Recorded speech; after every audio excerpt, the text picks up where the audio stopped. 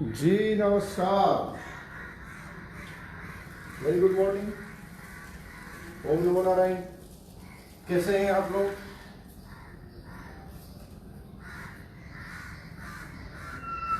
सुबह का 9:33 हो गया, ठीक बात है। तो योग के इस पावन सत्र में आप सभी का हार्दिक स्वागत, अभिनंदन। योगः कर्मसु कौशलम, योगः भवति दुःखा, योगस्तु कुरु कर्माणि। गीता के सुंदर तीनों सूत्र बहुत अद्भुत हैं, अलौकिक है। अहम ब्रह्मास्मि, तत्वमसि, वयम सर्वे ब्रह्मांशः।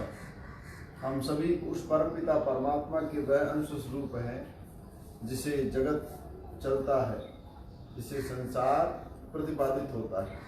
ऐसे पर ब्रह्म परमपिता परमात्मा के पावन चरणों को प्रणाम करते हुए ओंकार का उच्चारण करेंगे।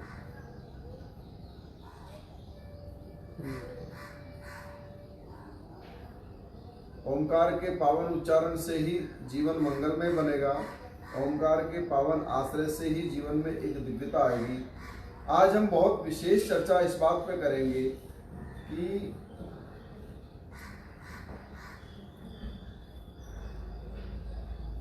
जीवन के मुख्य आयाम में प्राण हमारा कितना सच्चा मित्र है, और केवल प्राण तत्व से, प्राण वायु से ही हम अपने जीवन को कितना अत्यधिक सुखमय और सुखपूर्वक बना सकते हैं।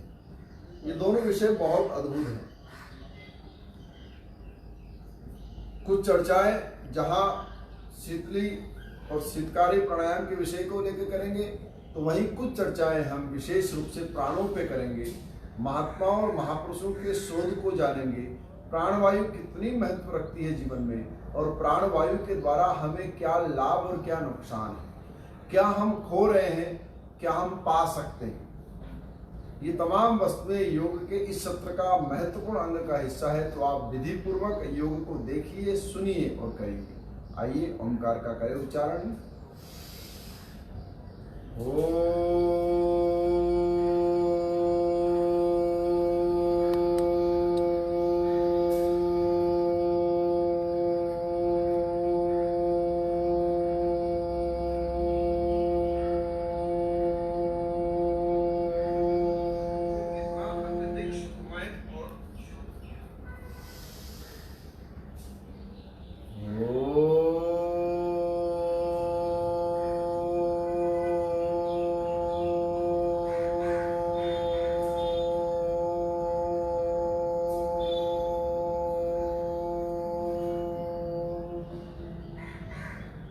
ये ओम अद्भुत है, इसको आप आनंदित भाव से स्वीकार करिए। तो बांसुरी लगा दीजिए। प्रसन्नता के साथ इस ओमकार को स्वीकार करिए, प्रसन्नता के साथ, उस प्रसन्नता के साथ जो हृदय के मध्य उत्पन्न हो रही है इस प्राणवायु के द्वारा। करिए दोबारा से ओंकार का उच्चारण।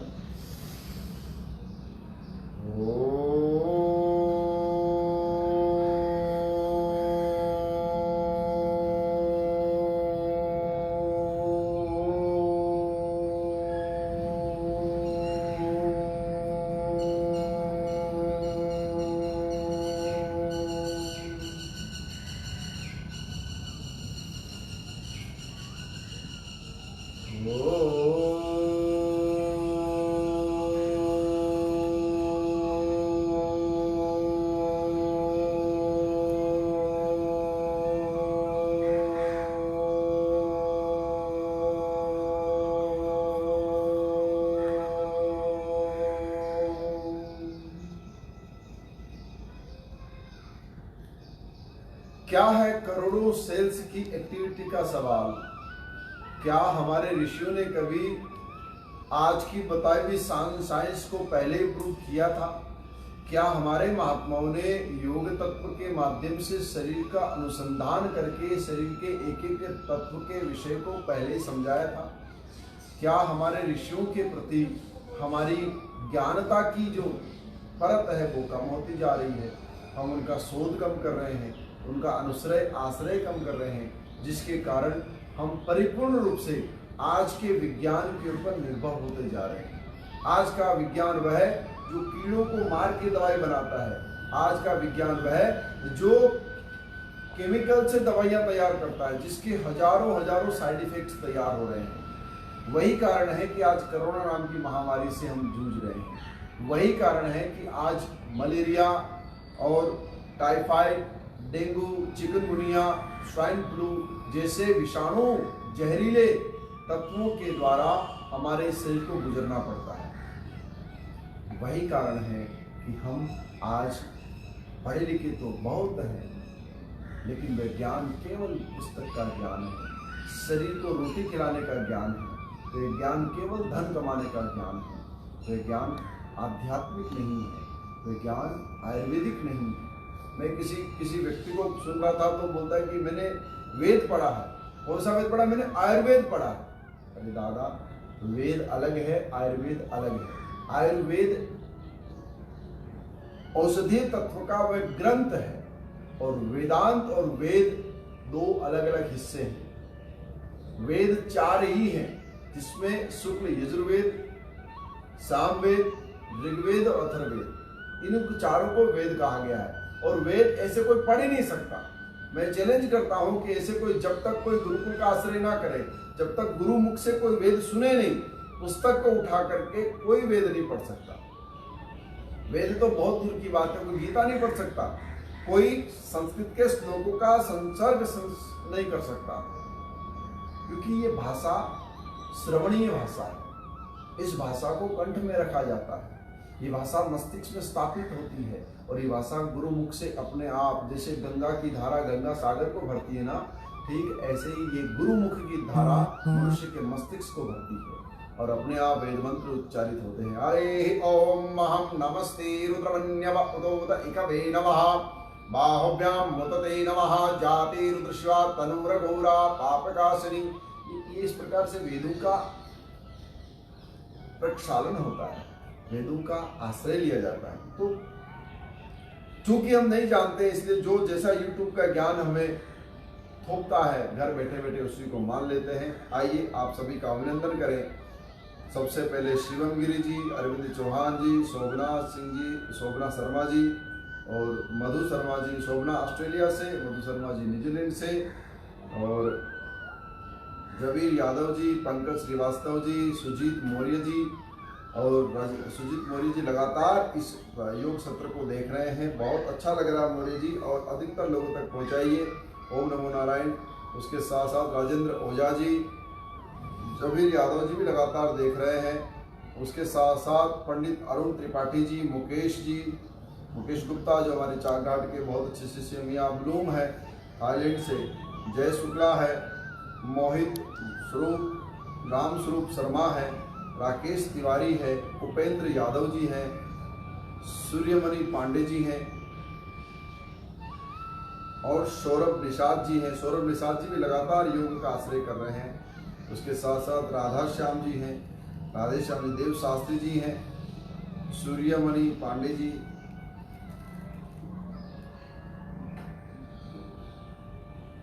अनिता निषाद जी हैं, भावना मैया है अमेरिका से, प्रदीप सिंह जी है, गब्बर बर्तनिया है, तड़िक सुदामनी से भी इसको वॉच किया जा रहा है, मनोज मिश्रा जी है, पंडित प्रवीण सेन जी हैं, उपेंद्र यादव जी हैं, अभ्युदय सिंह यादव जी हैं, अरुण पांडे जी हैं और अंशु मिश्रा जी हैं, पंडित सनी श्रीवास सारस्वत जी हैं, हमारे अनुज छोटे गुरु भाई बलबीरपुरी जी महाराज हैं हरिद्वार से, भावना गौरव उपाध्याय रांची से हैं। ये लड़की हमारे लड़के को ले गई यहाँ से, लड़की आती है, ये लड़की, कोई बात नहीं, सब एक जैसा भाव, बहुत अच्छे बच्चे हैं, गौरव और भावना दोनों। चंद्रेश तिवारी जी हैं, गिरिजा प्रसाद तिवारी जी हैं, सौरभ द्विवेदी, सौर्या द्विवेदी जी हैं, लवकुश पंडित जी हैं, मुरली महाराज, रविकांत त्रिपाठी जी, राजेंद्र सिंह भारती जी और मिथिलेश सिंह जी, योगेंद्र यादव जी। तो आप सभी का बहुत हृदय से अभिनंदन है। आज का योग सूत्र बहुत अद्भुत होने वाला है। आइए सहजता के साथ सूक्ष्म व्यायामों से आज के पूरे इस सत्र को आरंभ करें, जिसमें कंधों को चलाना, गर्दन को घुमाना मुख्य अंग है। सीधा और उल्टा, 5 बार सीधा, 5 बार उल्टा।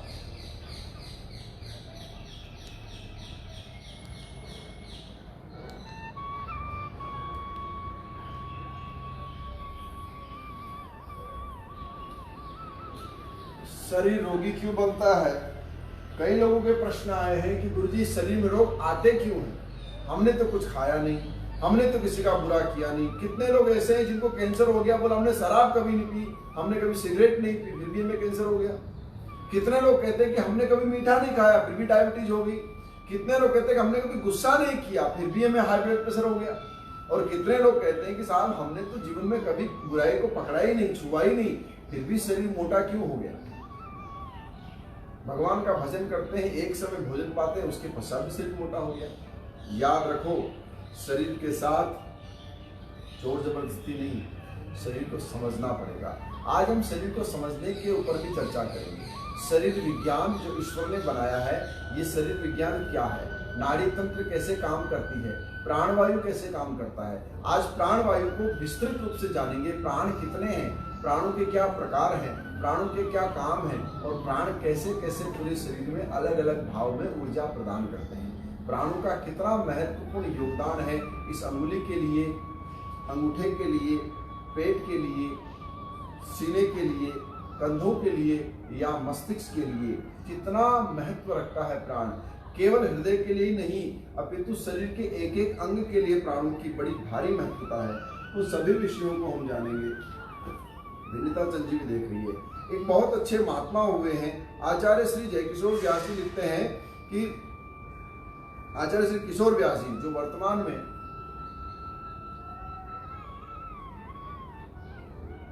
गोविंद देव गिरि जी के रूप से जाने जाते हैं, अद्भुत महापुरुष, आचार्य महाराष्ट्र के एक बहुत बड़े संत हुए श्री गुलाब राव महाराज। ये 1881 से लेकर के 1915 तक उनका जीवन काल बहुत अद्भुत रहा। और उस जीवन काल के दौरान उन्होंने बहुत सुंदर सुंदर रिसर्च किए। कमाल की बात है, किसान परिवार में जन्म लेने के बाद ये प्रज्ञा चक्षु थे, मतलब जन्मांध, जन्म से इनके पास आंखें नहीं थी। 33 वर्ष की आयु में ही अपनी जीवन लीलाओं को इन्होंने अभूतपूर्व से संसार को मार्गदर्शन कर परमधाम की ओर गए। धार्मिक जगत के लिए एक अनोखी धरोहर है उनका सारा जीवन, चमत्कारों से भरा हुआ है। कोई इनको पढ़ता है तो पता चलता है, अंग प्रत्येक साधकों की आस्था दृढ़ हो जाती है।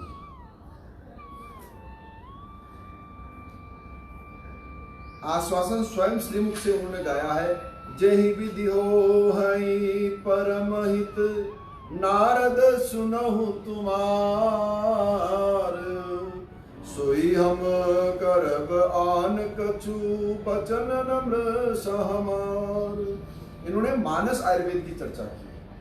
साधुओं की यही तो मस्ती है, अलग अलग विषय को अलग अलग भाव से देखते हैं। कहीं मानस मंदाकिनी है, कहीं मानस कावेरी है, कहीं मानस मृषा है, कहीं मानस किन्नर है, कहीं मानस शमशान है, कहीं मानस यज्ञ है, कहीं मानस व्यापार है। मानस ये भगवान राम का जो गाया हुआ ग्रंथ है, इस ग्रंथ को अलग अलग भागों में देखा जा सकता है।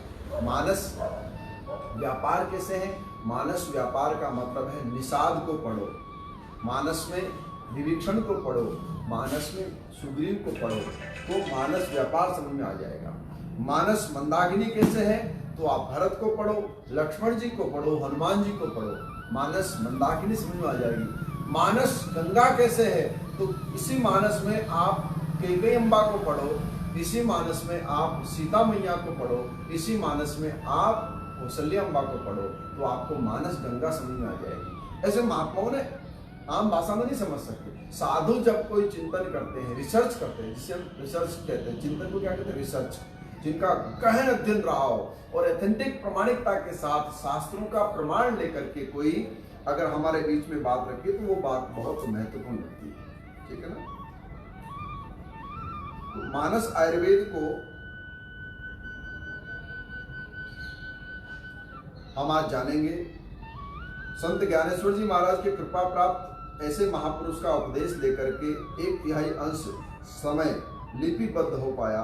1/3 मतलब इन्होंने बहुत सारे ग्रंथों की रचनाएं की। ग्रंथों के मध्य वेद, वेदांत, योग, योगांक के अलग अलग तत्वों को बहुत सुंदर भाव से जाना है। मानस आयुर्वेद के एक श्लोक की हम संज्ञा का वर्णन करें तो वो इस प्रकार से बताई गई है। तीव्र रागात् भवेद्वातो द्वेषात् पितं प्रजायते, कपः संजायते मोहात् तमसोऽस्मि जडः स्मृतः, आतिश्च तमो शुद्धं हि तीव्रं चेद् दोषतामिमात्, रागद्वेषादृष्टिं चिन्तं गदजालं तनोति। अर्थात आसक्ति तीव्र वेग से वात, वेग के तीव्र संवेग से पित्त और मोह के तीव्र वेग से कफ। हर एक चीज एक से जुड़ी हुई है। वात कैसे बनेगा? आसक्ति से। अगर आसक्ति बढ़ गई तो क्या होगा? अगर आसक्ति के साथ साथ मोह बढ़ गया तो कफ बढ़ जाएगा, और मोह के साथ साथ अगर तीव्र वेग मनुष्य के जीवन में द्वेष बन गया तो वह निस्संदेह ही आपके जीवन में एक अलग जड़ता उत्पन्न करेगा। वही जड़ता ही अज्ञानता का मुख्य कारण होता है। फिर मनुष्य मेरा मेरा मेरा उसी में समाहित हो जाता है। रोग के 4 प्रकार है, शारीरिक, मानसिक, आगंतुक तथा स्वाभाविक। कई लोग स्वाभाविक रोगी होते हैं, चिढ़ जाना, बेवजह परेशान होना। आइए ना प्राणायाम का आश्रय करें। हमने कल शीतली बताया, कल शीतकारी बताया, आज शीतली देखिए। जीभ को नाली बनाइए और धीरे धीरे श्वास को भीतर खींचिए। ये जो गर्मी है ये अपने आप शरीर को शीतल बनाती है। कल वाला प्राणायाम याद है आपको ना?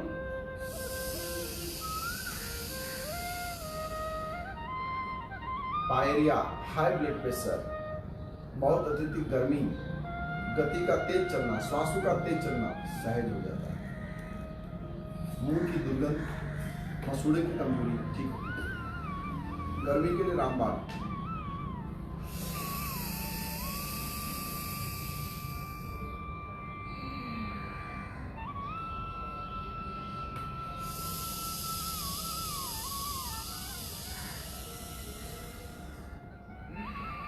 ये कल बताया प्राणायाम जो आपके लिए सुनीता माता है सिडनी से, श्री पंडित श्रीकांत तिवारी, भार्गवानंद जी जुड़े हैं, नीलम यादव जी हैं, सुनीता है, आचार्य सूरज कृष्ण है ना, और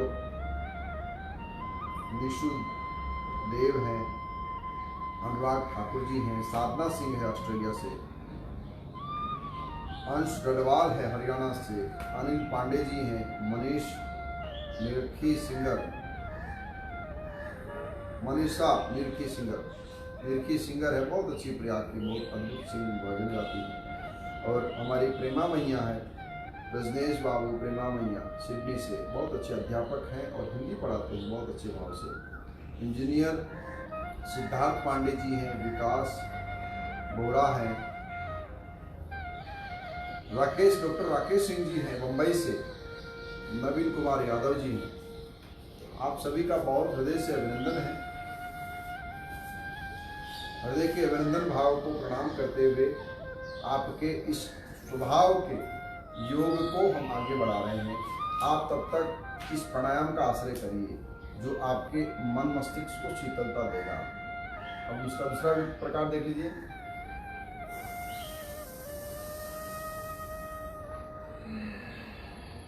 अर्जुन को दिखाओ इस प्राणायाम बेटा। जीभ की नाली बनानी है, और धीरे से श्वास को सीधा भीतर खींचना। कैसे?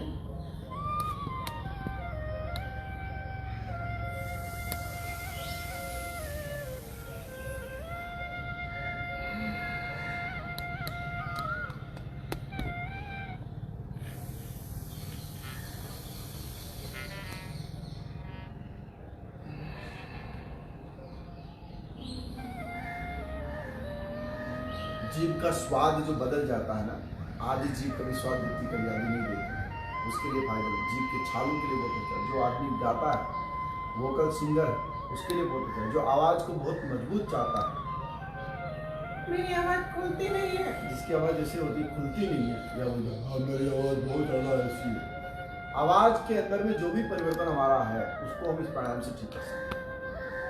लगातार करने से आवाज अपने मधुर होती है, मजबूत होती है, इसलिए आवाज के लिए बहुत अच्छा है। कैसे? देखो,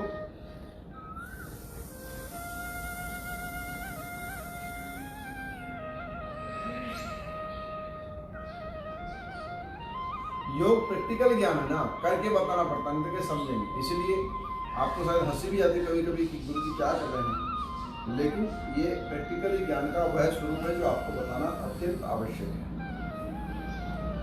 आयु तत्व मीमांसा और आरोग्य साधन में आयुष कला का रहस्य, आयुर्वेदिक अभिवृद्धि, आयुर्वेद की अभिवृद्धि कैसे हुई और आयुर्वेद को किस प्रकार से जाना, ये दुर्लभ महान ज्ञान है जिसके साथ हम बहुत सुंदर चर्चा करेंगे।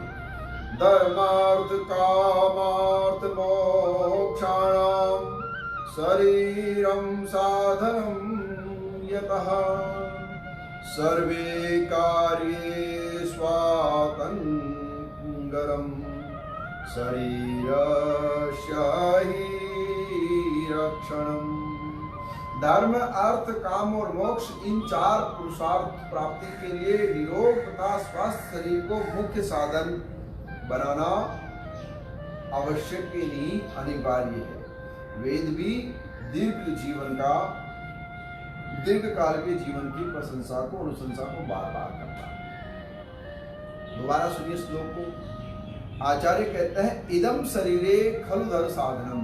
ये जो शरीर है यही संसार के पदार्थों को प्राप्त करके मुक्ति को प्राप्त करने का साधन है, और यही शरीर है जिसके माध्यम से हम स्वस्थ होकर के दूसरों को स्वस्थ बना सकते हैं और दूसरों को स्वस्थ बना करके जीवन को आदर्श बना सकते हैं। शरीरम, इदम शरीरम खलु धर साधनम। धर्मार्थ काम मोक्षाणाम शरीरम साधनम यतः सर्वकार्येष्वतरंगं शरीरस्य हि रक्षणम्। हमारे जीवन में धर्म, अर्थ, काम और मोक्ष, इन चारों पदार्थों की प्राप्ति का रक्षण केवल शरीर करता है। शरीर ही नहीं रहेगा तो इन चारों में से किसी भी पदार्थ को हम प्राप्त नहीं कर सकते। धर्म नहीं कर पाएंगे तो अर्थ नहीं आएगा, अर्थ नहीं निकलेगा तो कामनाएं पूरी नहीं होगी, कामनाएं पूरी नहीं होगी तो मोक्ष नहीं मिलेगा। इसलिए कहते हैं ना, अंत भला तो सब भला। अंत में मनुष्य के जीवन को कोई कामना नहीं रहनी चाहिए, निष्काम होकर के संसार से जाएगा। जब यहाँ से कुछ भी न पास होगा, 2 गज कफन का टुकड़ा तेरा निवास होगा, और कुछ साथ जाने वाला नहीं। इसलिए कामनाओं के रहित मनुष्य को हो जाना चाहिए। जितना अत्यधिक शीघ्र वह कामनाओं से रहित होगा, उतना ही अत्यधिक जीवन का वह सुख ले पाएगा, जीवन के अर्थ को समझ पाएगा, वास्तविक अर्थ को जीवन में घटा पाएगा, तीर्थ यात्राएं कर सकता है, पवित्र आचरण कर सकता है, साधु की संगति कर सकता है, दिव्य ज्ञान का आश्रय कर सकता है। पर जब कामनाएं बढ़ती ना, तो रिटायर होने के बाद आदमी लास वेगास ढूंढता है, यूरोप की यात्रा करना चाहता है, घूमना चाहता है, नाचना चाहता है, डिस्को करना चाहता है। हड्डियां बूढ़ी हो गई है, आंखों से दिखता नहीं है, बाल और दांत चले गए, लेकिन नकली लगा करके अभी तो हम यंग है, अभी जवान। रिटायर होने के बाद फुटबॉल की तरह कभी इस पाले में कभी उस पाले में जाना चाहता है। 60 के बाद षष्ठी पूर्ति का मुख्य लक्षण ही है कि वानप्रस्थ की ओर प्रस्थान कर गए, भगवत भजन में लग गए, शरीर को स्वस्थ आरोग्यवान बनाएंगे।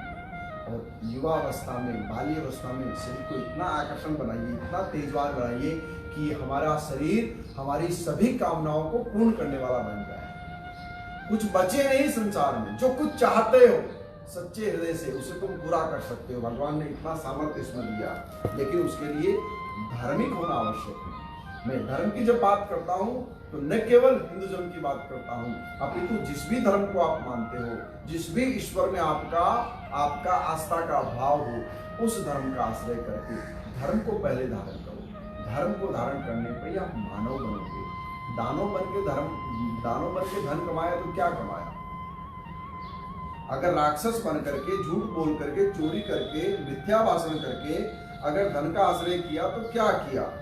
सर्वेषाम अवेरोगा नाम धर्म कारणम महत् आरोग्य कारको धर्मो वेद शास्त्रेषु बोधितः प्रसन्न चित्ते सौख्यम आरोग्यम च भवेत् सदा अप्रसन्न चित्तस्य रोगो सर्वे भवन्ति। सदाचार, सम्मान, शांत मन ही ज्वर के नाश को करने वाला है। यानी ये बात कौन कह रहा है? वाग भट्टाचार्य जी महाराज कहते हैं, करुणाद्र मनः शुद्धम सर्व जर्व विनाशनम। अष्टांग हृदय चिकित्सा के ऊपर में वाग भट्टाचार्य परम विद्वान हुए हैं, वह इस शास्त्र में लिख रहे हैं अष्टांग हृदय चिकित्सा में कि करुणाद्र मनः शुद्धम सर्व जर विनाशनम। सभी प्रकार की, जैसे कैसे कहते ना, तुझे प्यार का बुखार चढ़ गया, तुझे पैसे का बुखार चढ़ गया, तुझे काम का बुखार चढ़ गया, तुझे धन का बुखार चढ़ गया, तुझे संसार में खाने का बुखार चढ़, किसी दिनों खाने का बुखार चढ़ जाता है तो सिर्फ खाते रहते, ओनली ईटिंग, फुटबॉल बन जाते हैं। बाद में बोलते गुरु जी कुछ करो हमारा। ज्योति सिंह जी है, अंजलि दुबे जी है, तो आप सभी लोग देख ही रहे हैं, अच्छे से इसका अनुपालन भी करेंगे। फर्क नहीं पड़ता कि कितने लोग देख रहे हैं, फर्क ये पड़ता है कितने लोग इसका अनुपालन कर रहे हैं। आप इसे स्वयं भी अनुपालन में लाइए और दूसरे तक पहुंचाइए। जरा करिए प्राणायाम।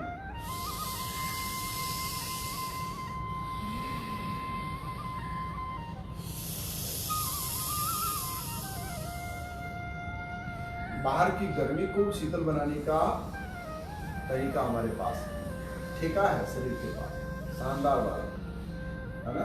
ये शरीर अपने आप गर्मी को भी ठंडी में परिवर्तित कर देता। देखो जो पसीना हो रहा था, जो बेचैनी हो रही थी, वो बेचैनी कैसे चली गई। चंद्रमा मनसो जास्तस्य, पुरुषुक्त का सुंदर मंत्र क्या कहता है?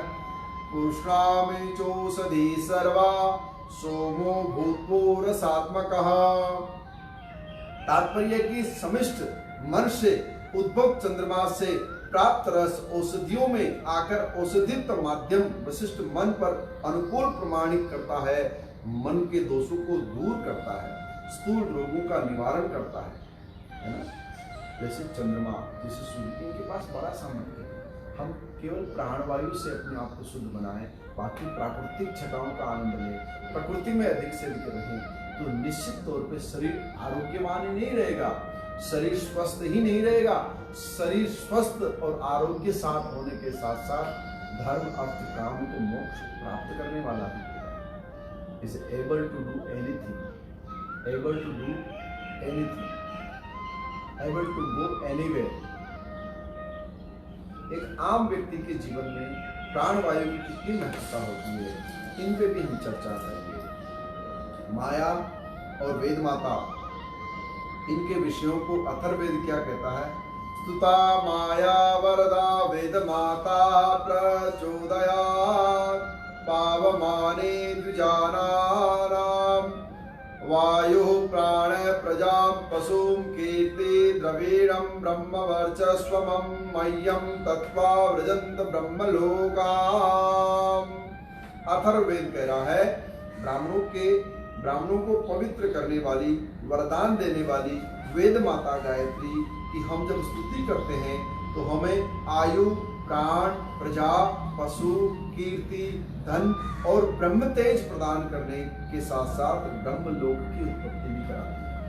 वेद माता गायत्री कह रही है कि अगर आप स्वाभाविक रूप से इन स्तुतियों का आश्रय करें जो संस्कृत में लिखी गई है, ये स्तुतियां हमारे जीवन को दीर्घकाल जिलाने के लिए हमें ब्रह्मचारी बनाती है, हमें प्राणायाम का प्रवण बनाती है, प्रवण जप की ओर बढ़ाती है, सिद्ध पुरुषों की कृपा प्राप्त कराती है और औषधि और रसायन में भेद सिखाती है।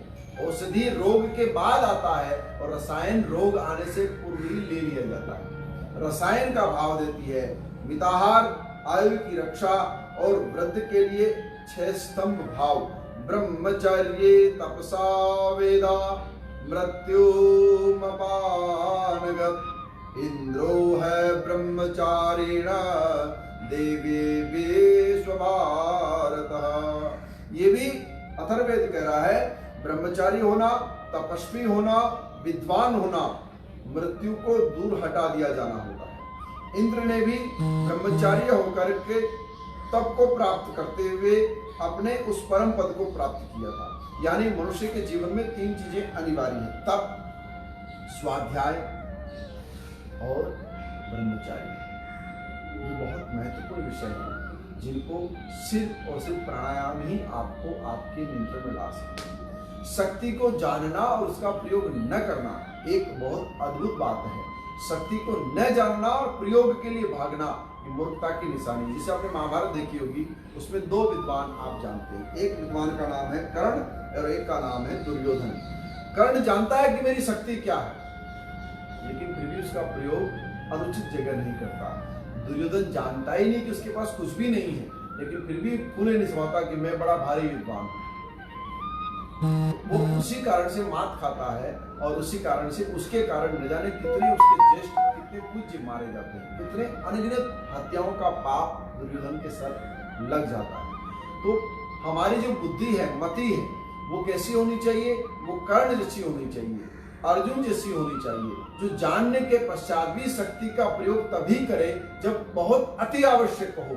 अनावश्यक रूप से शक्ति का प्रदर्शन भी मनुष्य को अभिमानी बना देता है।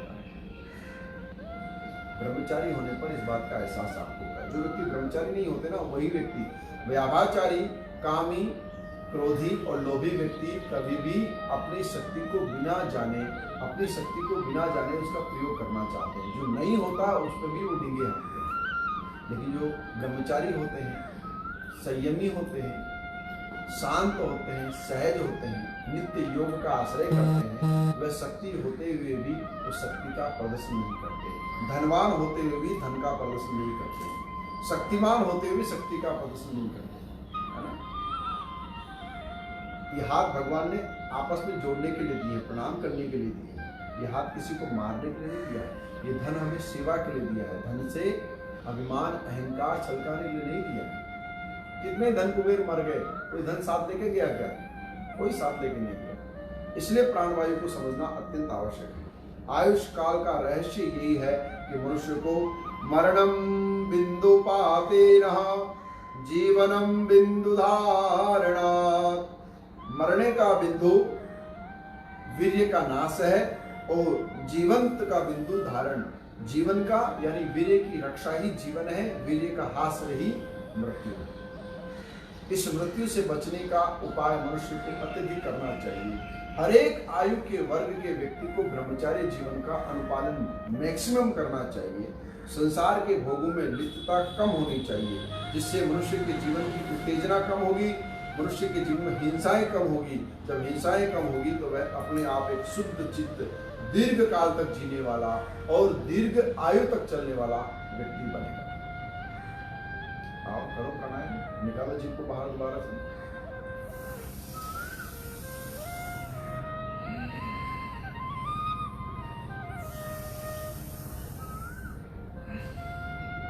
देखो, ब्रह्मचारी होने की पहली निशानी ये है कि आदमी का जो फेफड़ा है ना वो कम फूलता है।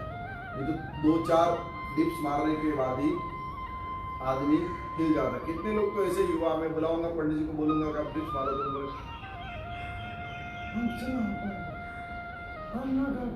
क्यों? क्योंकि जीवन में वो तत्व बनाया ही नहीं गया। जीवन का तत्व है कि अगर आप प्राणी हो और प्राणायाम करते हो तो आपकी शक्ति आपके नियंत्रण में है। कम से कम ये शरीर तो आप उठा ही सको, और ज्यादा नहीं तो 50 बार उठा ही सकते हो, है ना। आइए गिनिएगा, आप 50 बार करते हैं हम, और जो युवा है वो भी इसका लाभ ले सकते हैं। मैंने पहले भी कहा, जो महिलाओं को करना हो तो इस प्रकार से कर सकती हैं या ऐसे कर सकती हैं, और पुरुषों को करना है तो ये दंड बैठक, ये पुशअप्स, ये हमारे लिए बहुत शक्ति का संचार करने वाले हैं। फेफड़ों को मजबूत करते हैं, सीने को मजबूत करते हैं, ओज और तेज को बढ़ाते हैं, ब्रह्मचार्य जीवन को बढ़ाते हैं, मनुष्य को बहुत आयुवान बनाते हैं।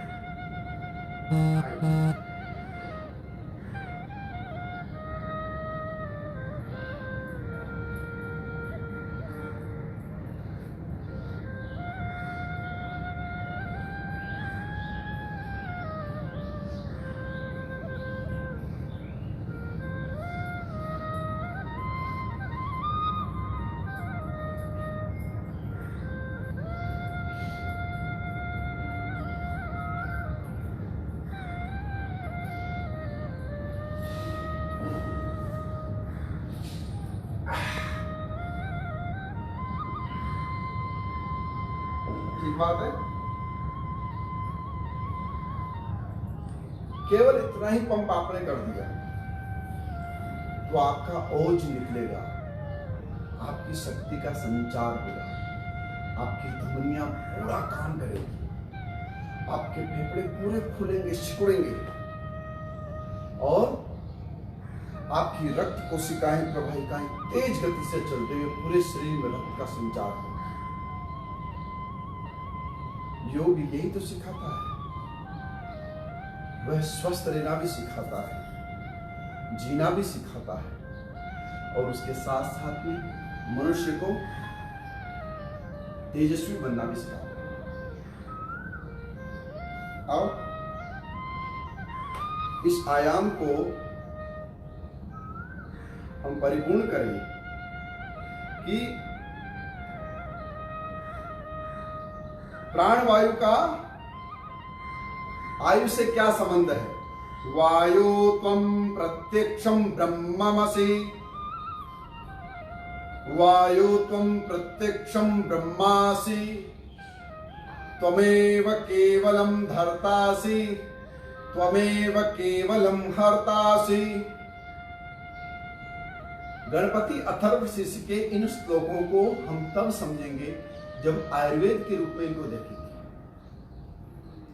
जैसे सोने को हम सोना कब मानते हैं, जब वो आभूषण की शक्ल में आ जाए, जब वो सुनार की दुकान में पड़ा हो, जब वो पानी में है, रेत में है, मिट्टी में है, तब तक हम उसे सोना मानते ही नहीं।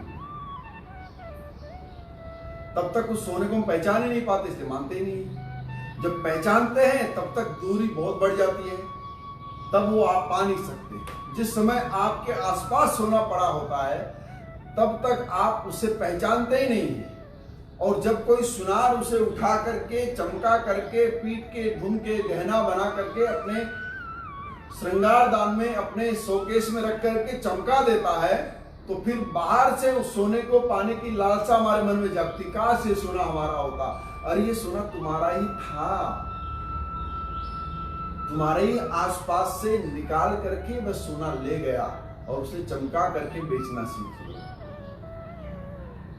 डॉक्टर या दुनिया का कोई भी औषधि बनाने वाला व्यक्ति तुम्हारे आसपास से औषधि ढूंढता है, आसपास से आरोग्य को ढूंढता है, और फिर वो जब दुकान में सजा देता है तब हम कहते काश मैं भी ऐसा युवा होता, काश मैं भी इस प्रकार से कभी चीजों को जान पाता। ये कहावत है बाबू, जब तब पछतावत हो तो क्या जब चिड़िया चुग गई खेत। जिन युवाओं के मन में निराशा आती हो, जो युवा अपने जीवन में कहीं कुछ समझ नहीं पा रहे हो, वह अनंत ब्रह्मांड के प्राण तत्वों की चेतना का समुद्र भाव समझना अनिवार्य है। ये आज की कक्षा बहुत अद्भुत और अलौकिक ज्ञान से परिपूर्ण है। ये प्राणायाम के साथ साथ, व्यायाम के साथ साथ में मानसिक आयाम के लिए भी बहुत महत्वपूर्ण है। हमारे ऋषियों के नाम, उनका उल्लेख हमेशा करते हैं। हमने कभी ध्यान ही नहीं दिया कि इसका नाम का मतलब क्या होता है। रिंकी, मिंकी, चिंकी, इंटू, पिंटू, सिंटू नाम रख दिए, माइकल, है ना। कुत्ते का नाम है कि इंसान का नाम पता नहीं चलता है। नाम की बड़ी भारी महत्वता है। एक नाम आता है जिनका नाम है विश्वामित्र। विश्वम मित्रम यस्य असो विश्वामित्रम, जो पूरे विश्व का मित्र है, मित्रत्व गुण वाला है, मित्रत्व भाव वाला है, जिन्हें न पशु पक्षी से भय है, न वनस्पति से भय है, और न ही किसी धन से, किसी राजा से अधिक मित्रता है, सबके साथ संभाव, ऐसे फकीर का नाम है विश्वामित्र। विश्व का जो मित्र बन जाए वही विश्वामित्र है। ये जो हमारा नगर है ना, इस नगर में सदगुरु महात्मा बन करके बार बार हमें जगाने के लिए आते रहते हैं। ज्ञान मार्ग से हमारी चेतना को जगाते हैं, लेकिन अभी टाइम नहीं है, अभी तो खूब आनंद का समय है, अभी तो साधु की बात सुनने का समय है, अभी तो जरा व्यभाचार कर ले, जरा भाग ले, जरा दौड़ ले, जरा शराब इत्यादि पी ले, बूढ़े होंगे तब भजन करेंगे। बाबू, भजन की कोई उम्र होती ही नहीं। बुढ़ापे में कोई भजन नहीं कर सकता। बुढ़ापे में भोजन तो होता नहीं, भजन कैसे होगा? बुढ़ापा कहाँ कटता है? बुढ़ापा अत्यधिक कटता अस्पतालों में, चिंताओं में, शोक में, अभावों में, क्रंधों में। आपको पता है, किसी व्यक्ति को जिंदा कीड़े खाते हुए देखा होगा तो भी मर जाता होगा, लेकिन मनुष्य जब रोगी हो जाता तो उसके शरीर से जिंदा कीड़े निकलते, नाक से, मुंह से, कान से अपने आप कीड़े उत्पन्न होते। क्यों? क्योंकि इस शरीर को हमने कभी शरीर माना ही नहीं। हमें केवल जीवा से मतलब है जिसपे स्वाद मिले, और केवल इस मुखमंडल से मतलब है जो चमकता रहे, बस। दूसरा कोई भाव जाना ही नहीं। शरीर को ढकने के लिए महंगे महंगे वस्त्रों को पहले, अरे महंगे वस्त्र पहनो। मुझे हमेशा अक्सर लोग बोलते हैं, गुरुजी आप इतनी महंगी चप्पल क्यों पहनते हैं, इतने महंगे जूते क्यों पहनते हैं? विदेश की बड़ी कंपनी के जूते आप आऊं पहनते हैं। हमने कहता विदेश की जितनी बड़ी कंपनियां हैं उनको यही लेने का अधिकार है, इसलिए मैं उनको पहनता हूं। तात्पर्य कहने का यह है कि संसार की किसी भी महंगी से महंगी वस्तु का उपभोग करो तो भी वहां तक करो जहां वो तुम्हारे सर पे ना चढ़ जाए, पांव में रहे। सर नहीं चढ़नी चाहिए। आपकी ख्याति को देख करके लोग जल रहे हैं तो आपको घबराने की आवश्यकता नहीं है, लेकिन इसमें ध्यान रखना अभिमानी होने की आवश्यकता भी नहीं है। मस्तिष्क में ध्यान तो परमात्मा का ही होना चाहिए, सांसारिक पदार्थों का नहीं होना चाहिए। शरीर में बने हुए कीड़े अनायास नहीं उत्पन्न होते। ये हमारे आलस्य ने हमें जन्म दिया है। इस शरीर का जो राजा है ना, ये कौन है? प्राणवायु इस शरीर का राजा है, प्राणवायु। प्राण के विषय को देखते हैं। प्राण क्या है? काया नगर मध्य तु मारुतः क्षितिपालकः, अर्थात देवता, मनुष्य, पशु और समस्त प्राणियों में प्राण से ही अनुप्राणित, प्राण ही जीवन है। इस प्राण शक्ति का एक अत्यंत महत्वपूर्ण विज्ञान है। योग साधना से इस विज्ञान को प्रत्यक्ष अनुभूत किया जा सकता है। जिसने अपने सोते हुए प्राणों को जगा लिया, उसके लिए और जागृत ऊर्जा को सोत्र प्रवाहित अपने आप होने लगता है। जिसने अपने सोते हुए प्राणों को जगा लिया। महात्मा लोग गाते हैं ना, राम नाम के हीरे मोती मैं बिखराऊं गली गली, ले लो रे कोई राम का प्यारा, सुर मचाऊं गली गली। राम लक्ष्मण जानकी जय बोलो हनुमान की। राम नाम के हीरे मोती, तो ये प्राणों के जो हीरे मोती है, मैं आपके बीच में गा गा करके आपको बताना चाह रहा हूं। आप प्राणायाम करो तब तक।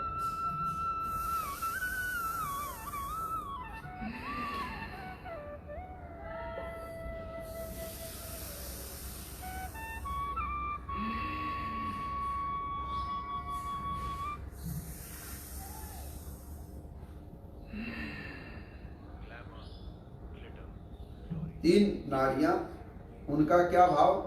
और प्राण। प्राणोपान समानश्चाव्यानो च वायवः, नाग कूर्मोऽर्थ कुकर्णो देवदत्तो धनंजयः। ये 10 प्राणों की महिमा बताई है, मैंने पहले भी चर्चा की। अपान, समान, उदान, ज्ञान, नाग। कोकर्ण, धनंजय, देवदत्त और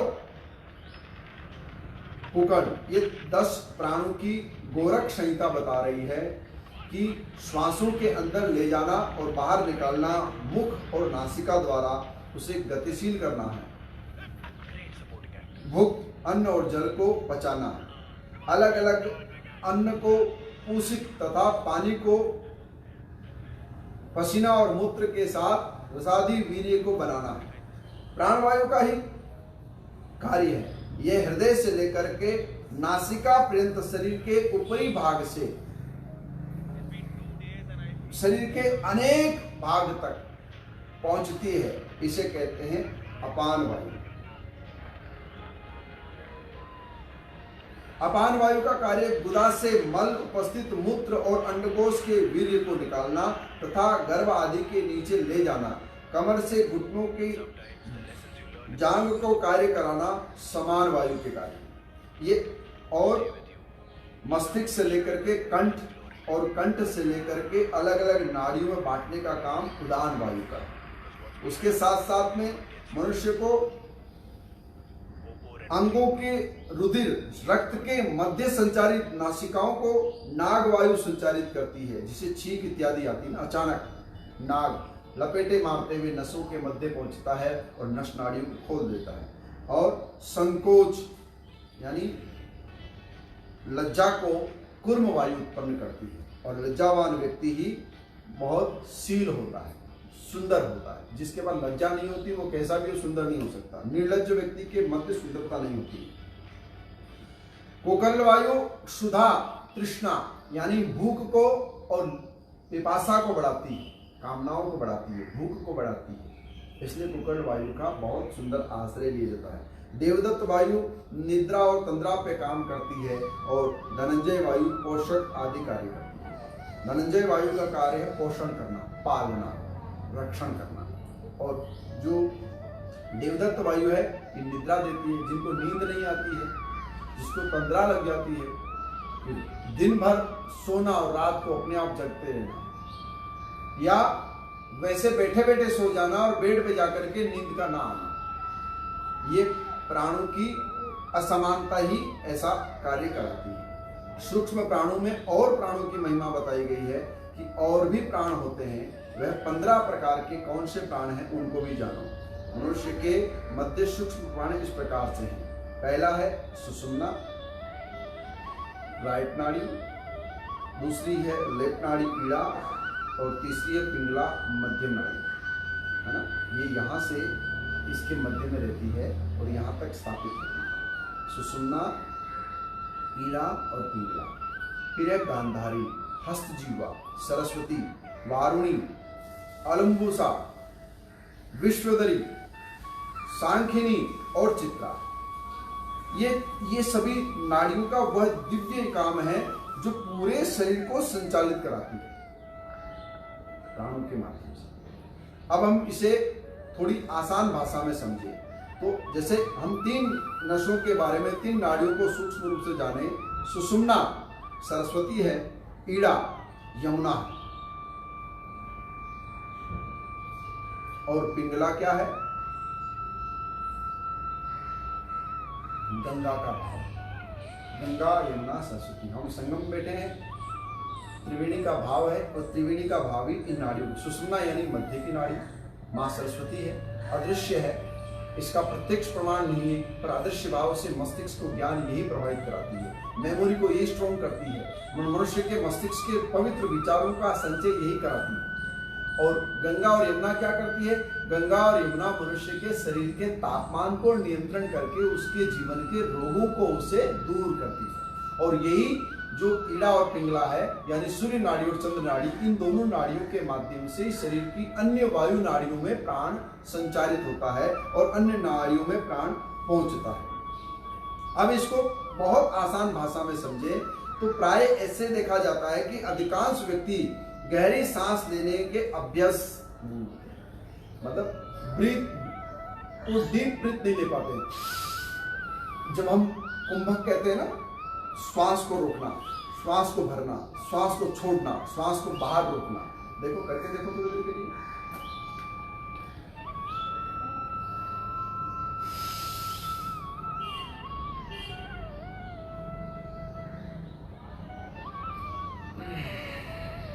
ये पूरा श्वास हुआ, ये पूरा श्वास। इसी श्वास को उल्टा देखो, श्वास को बाहर निकालो,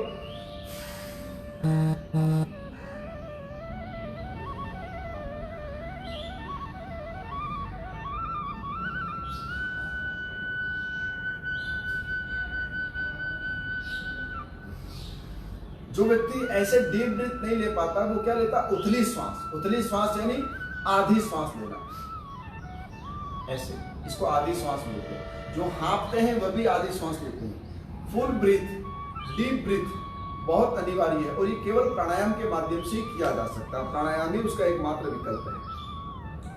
जो फेफड़ों के उथली श्वास के कारण फेफड़े लगभग 1/4 भाग ही कार्य करता है, शेष 3/4 भाग निष्क्रिय पड़ा रहता है। जैसे एग्जाम्पल कैसे दिया है महात्माओं ने, शहद की मक्खी छत्ते की तरह हमारा फेफड़ा है, जैसे शहद का छत्ता होता है ना, ऐसे ही हमारा फेफड़ा है। अब मक्खी छत्ते के ऊपरी भाग पे ही केंद्रित हो जाती, नीचे नहीं देखती है। और उसके आप शहद के छत्ते को देखो, कितने उसमें छिद्र होते हैं, कितने कोण होते हैं। ठीक ऐसे ही हमारा फेफड़ा है। हमारे फेफड़े के अंदर में लगभग 7 करोड़ 30 लाख स्पंज, कितने, 7 करोड़ 30 लाख स्पंज। गूगल पे देख लो, ये तो सदियों पहले साधु ने लिख दिया। 7 करोड़ 30 लाख स्पंज कोष्ठ होते हैं। साधारणतः हल्की सांस लेने पर उनके पास लगभग 2 करोड़ स्पंज के पास ही श्वास पहुंचती है, मात्र 2 करोड़। और विशेष बचे 5 करोड़ 30 लाख स्पंज के पास श्वास पहुंचती ही नहीं। 2 करोड़ में हम खाली जी लेते हैं बस, शेष 5 करोड़ 30 लाख स्पंज के पास श्वास नहीं पहुंचती है। उसका साइड इफेक्ट क्या होता है वो देखिए। साइड इफेक्ट उसका ये होता है कि शेष 5 करोड़ 30 लाख छिद्रों में प्राणवायु न पहुंचने से निष्क्रिय पड़े, परिणामत इसके जड़ता और गंदगी जमने लगती है, जिससे क्षय, टीबी, कैंसर, डायबिटीज जिससे असाध्य रोग उत्पन्न हो जाते हैं। और यही खांसी, खांसी में खून आना, खांसी में कफ बन जाना, फेफड़ों का धड़कना, फेफड़ों के अंदर में बलगम जम जाना, लगातार बलगम का निकलना, ऐसे भयानक रोगों को ये जन्म दे देता है। अब आप उसे इस भाव में समझो कि फेफड़ों को यदि कार्य पद्धति, अधूरापन, रिक्त शुद्धि पर प्रभाव डाला जाए तो हृदय कमजोर पड़ जाता है। परिणामतः क्या होता है, अकाल मृत्यु, आत्महत्या, हार्ट अटैक। ये स्वाभाविक है। आप युवा व्यक्ति को भी मरते हुए देखते हैं हार्ट अटैक के कारण, क्योंकि वायु ठीक से नहीं पहुंचती। विभिन्न रोगों का वर्णन तो आप जानते ही हैं, लेकिन मैं आपको सीधे सीधे भाव में बताऊं कि शेष 5 करोड़ स्पंजों में जब वायुमंडल नहीं पहुंचता है तो क्या होता है, वेग, चिंता, डिप्रेशन, क्रोध, नेगेटिविटी यानी निराशा, और उसके साथ साथ में भय, डर लगना और कामुकता, यही बढ़ता है। जो आदमी को सहज लगती है उस ओर भागता है। और इसके बढ़ने का फलस्वरूप मनोविकार क्या होता है, इससे मनुष्य धीरे धीरे धीरे धीरे अपने जीवन की लीला को समेटने लगता है। क्या उपाय है, केवल प्राणायाम। रोज सुबह बैठ करके आप ये नाड़ी शोधन,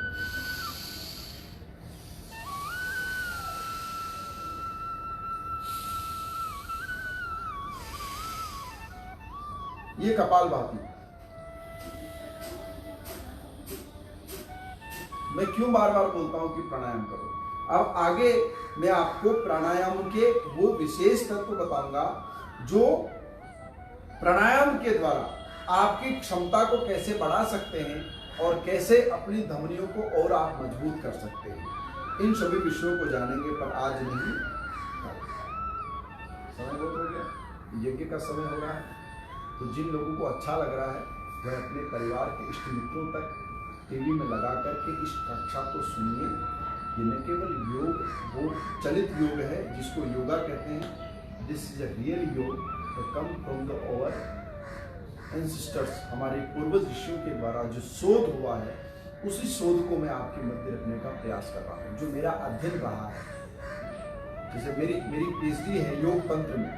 लोग बोलते तंत्र में तांत्रिक नहीं, योग तंत्र का मतलब जैसे कोई सर्जन होता है, कोई न्यूरो सर्जन होता है, कोई हार्ट का सर्जन होता है, जो आजकल की शिक्षा पद्धति में, ठीक ऐसे ही योग में योग तंत्र की शिक्षा, यानी अंदर के भीतर की नसनाड़ियों के काम को, भीतर के प्राणों की महत्वता को बताने का ज्ञान है। वही ज्ञान जो मैंने प्राप्त किया है अपनी शिक्षा पद्धति से, गुरुकुल पद्धति से, विश्वविद्यालय की पद्धति से, वही पद्धति का ज्ञान मैं आप तक पहुंचाने का प्रयत्न कर रहा हूँ। तो आप लोग सब इस चीज से जुड़िए और इसको समझने का प्रयत्न करिए। एक बार नहीं, 2 बार नहीं, 5 बार, 10 बार लगातार आप इसको सुनिए। तो जब सुनेंगे तो समझेंगे तो प्राणवायु की शक्ति को आप जान पाएंगे।